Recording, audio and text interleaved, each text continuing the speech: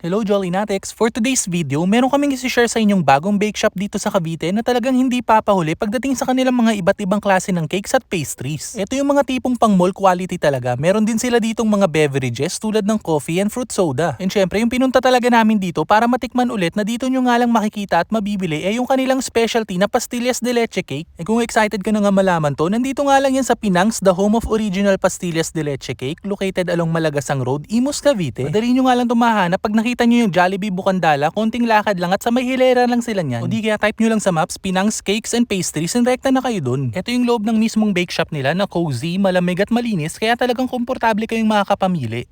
Mga Jolly Natex, nandito na tayo ngayon sa Pinangs, Cavite, home of the original pastillas de leches cake. Ito, sikat na sikat to dito kasi talagang torch pa yung ibabaw. Kumbaga, caramelize yung ibabaw or brinolay nila yung mga sugar. And matitikman natin yan. So tara, eto. Eto na nga guys. Kita nyo naman oh. Wow. Grabe yung ibabaw kung makikita nyo. Yun yung sinasabi ko kanina na tinorch pa nila. So it gives that caramelized texture. So itong hawak ko ngayon, ito yung kanilang 8x4 na size. Ito 929 pesos. Ito good for mga handaan or special occasions. Although kung makikita nyo, hindi ito yung mga usual na decorative cakes na nakasanayan natin since yung itsura niya simple lang. Pero guys, natikman ko na kasi to nung napadaan kami dito. Talagang wala akong masabi, masarap talaga siya. And meron nga rin sila ditong pan size na good for 2 to 3 persons na. So, depende pa rin yun na kung malakas kayo kumain. Pero yun yung recommendation nila, 2 to 3 persons. Same quality. Ayan o. Pero kung gusto nyo ng mabilisan and then pwede pa rin i-seal pag may natira kayo, ito saktong-sakto to. So ayan, makikita nyo guys, sealed pa talaga siya. So parang ito yung pinaka-seal niya. Ayan o.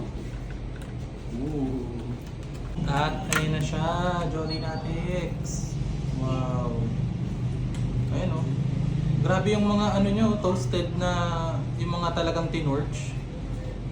Yun yung nagbibigay ng added flavor dito eh. So, tikman natin. Tapos ano siya, thick yung consistency, halata mo talaga sa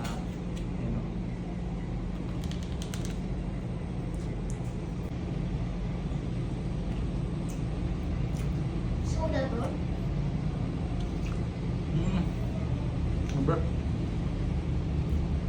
First time kong natikman to dati. Ngayon, ito pa rin. Ang sarap, grabe. Yung lasa niya, milky.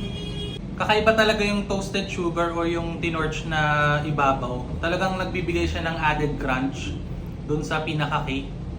Tapos, spongy siya pero for me, dense pa rin siya. Alam mo yung parang mabilis ang sinoke sa milk.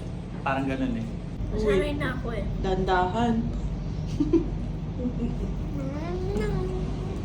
At bukod nga sa mga whole cakes, meron din sila ditong mga slice cakes tulad nitong mocha solo na saktong-sakto lang yung pagka-coffee flavor. Meron din blueberry crepe na kakaiba at first time ko nga lang matikman to, makikita mo talaga yung mga layer para kang kumain ng lasagna na blueberry yung flavor. And must try nga rin tong kanilang blueberry bass cheesecake na parang cupcake yung style na bukod sa maganda yung packaging, masarap din talaga. Hindi ganun katamis yung cream cheese tapos crumbly yung texture ng pinaka-pastry. Panalo at dapat nyo nga rin masubukan yung mga drinks nila dito tulad ng mga refreshing nilang fruit soda at lalong-lalo na yung kanilang mga iced coffee. Parehas masarap dito yung kanilang caramel macchiato and yung pinaka nagustuhan ko nga dito na Spanish latte na base sa panlasa ko mas masarap pa sa mga mamahaling coffee shop. Ito nga pala yung operating hours nila and available nga sila dito for pick up and deliveries. So there you go Jolly Natex, if naghahanap nga kayo ng quality pastries and cakes lalo na kung may mga special events and occasions kayo, subukan nyo na nga rin dito sa Pinangs lalo na yung kanilang pastillas de leche cake and confident nga kaming sabihin na hindi kayo magsisisi. So paano until our next food trip, kita kits, thank you for watching!